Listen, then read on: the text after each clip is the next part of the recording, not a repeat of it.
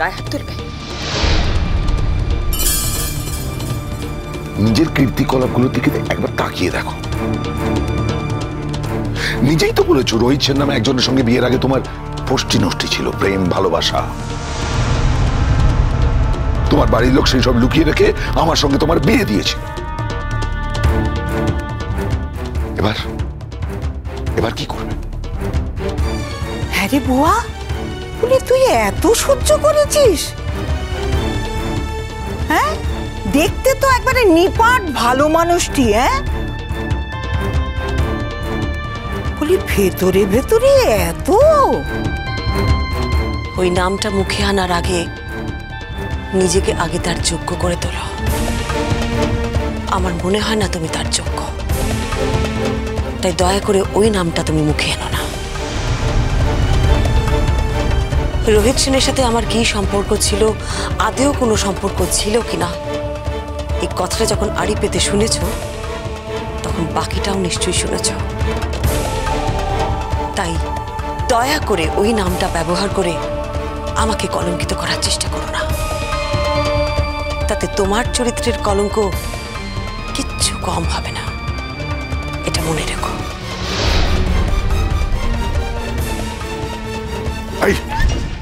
দাঁড়াও এখানে। কি ব্যাপার, গায়ে হাত দিচ্ছ?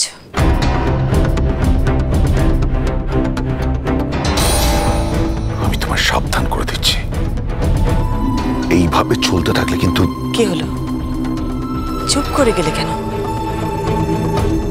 বলো, কথাটা শেষ করো। পুলিশ জ্বালিয়ে পড়ে শেষ করে দিচ্ছে আমার ছেলেটাকে।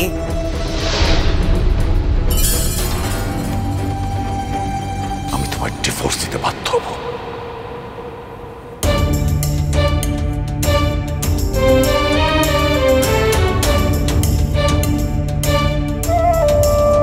এই দিনটার জন্য আমি অপেক্ষা করেছিলাম। না, ভুল বললাম, অপেক্ষা করেছিলাম কোথায়? আমি তো নিজেই তোমাকে বলেছিলাম তুমি চাইলে আমাকে ডিভোর্স দিতে পারো, আর উপায়টাই বা কি আছে তোমার ডিভোর্স করা ছাড়া? জন নিশ্চয়ই খুব চাপ দিচ্ছে তোমায়। দেবেই তো, স্বামী স্ত্রীর মতন তার সাথে দিনের পর দিন কাটাচ্ছ, আর আমি এই বাড়িতে তোমার বউ সেজে ঘুরে বেড়াচ্ছি।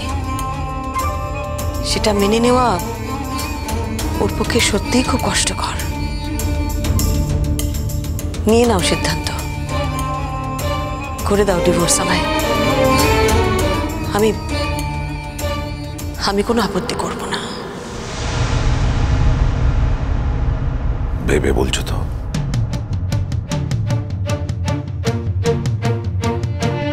ডিভোর্স তো অনেকদিন আগেই তোমার সাথে আমার হয়ে গেছে, কাগজে কলমেই শুধু হয়নি। এই যা পার্থক্য, কি আর আলাদা হবে বলো? আমি একটা অন্য বাড়িতে গিয়ে থাকবো,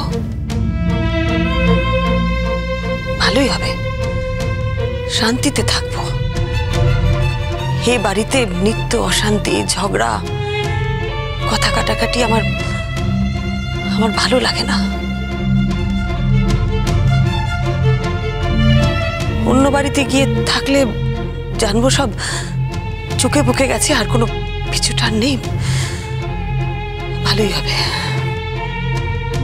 মেয়ে মানুষের এত কথা বলা ভালো লাগে না, একটু নিজেকে সংযত করো, সামলাও নিজেকে। বাইরের লোকে টাকা পাঠিয়েছে বলি, কতদিন টাকা পাঠাবে শুনি? বলি আমার ছেলে এই 25টা বছর ধরে তোমাকে খাওয়ালো পড়ালো, আর দুদিনকার যোগী সে এসে বলছে তোমার ব্যাংক অ্যাকাউন্টে সে টাকা জমা করেছে।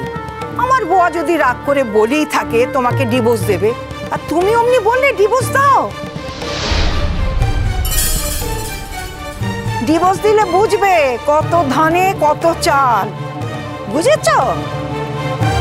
আপনার ছেলে আমাকে ডিভোর্স দিতে চাইছে শুনে আপনার তো আনন্দ হওয়ার কথা মা। এবার আপনি একদম আপনার ছেলের পছন্দ মতন বউ এই বাড়িতে নিয়ে আসতে পারবেন?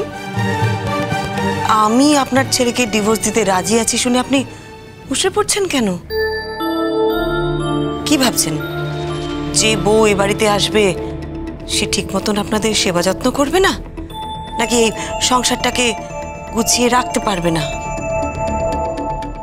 আপনি একদম ভাববেন না মা।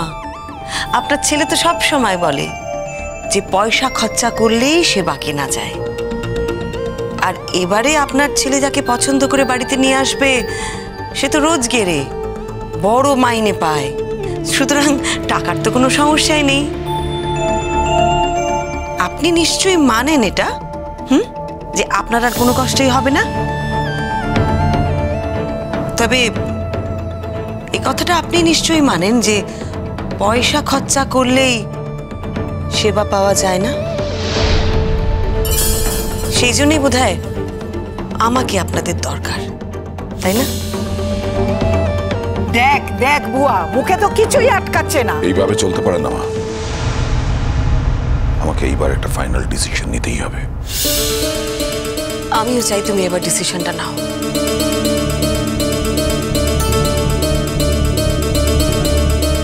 এভাবে সত্যিই চলা যায় না। মনের মধ্যে একজন আর বাড়িতে তুমি আরেকজনের সঙ্গে আছো, নিত্য অশান্তি ঝামেলা।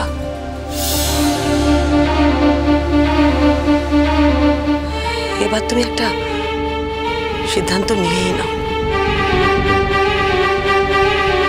তবে আমার মনে হয় ছেলে মেয়েদের সঙ্গে একবার কথা বলা উচিত। ওরা তো বড় হয়েছে।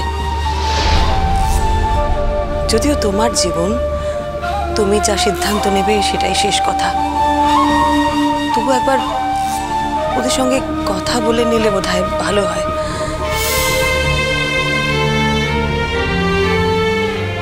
টিঙ্কার ব্যাপারে তোমাকে চিন্তা করতে হবে না, টিঙ্কার সাথে আমি কথা বলে নেব। তুমি বাকিদের সাথে কথা বলে নাও।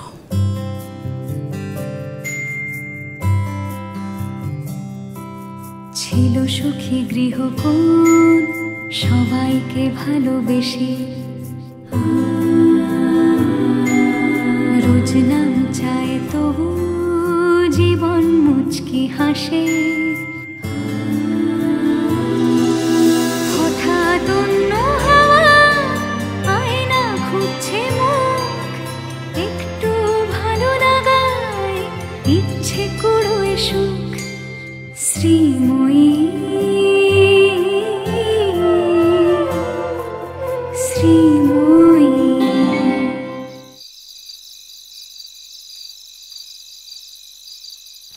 তুমি আমায় এড়িয়ে যাচ্ছ কেন? আমিও তো বুঝতে পারছি না যে সারা দিন অফিসে আমাদের দেখা হয়, তারপরেও তোমার আমার বাড়িতে আসার কি আছে? তোমার বাড়িতে এসেছি বলে এখন আমায় কৈফিয়ত দিতে হবে? না দেখো, আমি একজন মহিলা, আমি একা থাকি। তোমার যখন খুশি তুমি আসবে, দরকার হলে রাতে থেকে যাবে। আমাকেও তো সমাজে বেরোতে হয় না, লোকে আমার দিকে তাকায়। এতদিন তোমার এই কথাটা মনে হয়নি? না, মনে ছিল না, কারণ আমি এতদিন অন্য কিছু ভাবতাম, অন্য কিছু জানতাম। কি জানতে তুমি?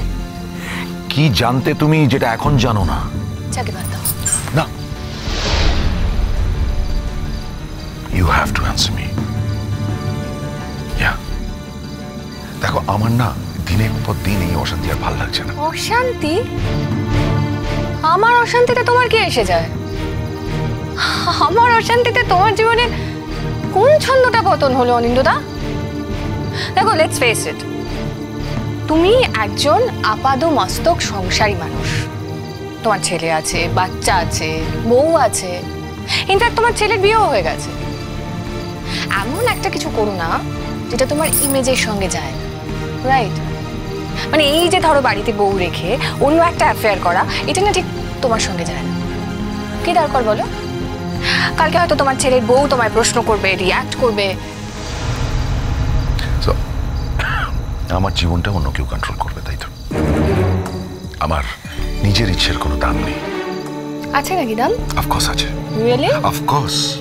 আর সেই জন্যই আমি নিজের ইচ্ছে মতন বাঁচার চেষ্টা করি, নিজের জীবনটাকে নিজের মতন করে কাটাবার চেষ্টা করি। আমার কর্তব্যটা পালন করার চেষ্টা করি, আমি সেখানে কোনো ত্রুটি দিই না। এই যে তুমি বলো না, আমার বউ, আমার ছেলে মেয়েরা, তাদের প্রতি আমি কিন্তু সমস্ত কর্তব্য করি। ইট ইজ অনলি দ্যাট, শুধু কর্তব্য দিয়ে বাঁচা যায় না, বাঁচবার জন্য ভালোবাসাও লাগে। আর আমার সেই ভালোবাসাটা তুমি, June. Doesn't make any difference. আমার ভালোবাসাটা তুমি, দ্যাট ইজ ইম্পর্টেন্ট। আর এই ভালোবাসাটা আছে বলেই আমি কিন্তু আমার কর্তব্যগুলো ঠিক মতো পালন করতে পারি। Fantastic. At the cost of my life তুমি তোমার সংসারের কর্তব্যগুলো পালন করতে চাও, তাই তো? করো। কিন্তু আমি নিজেকে আর টেকেন ফর গ্রান্টেড করতে দেব না। Taken for granted? ইয়েস। তুমি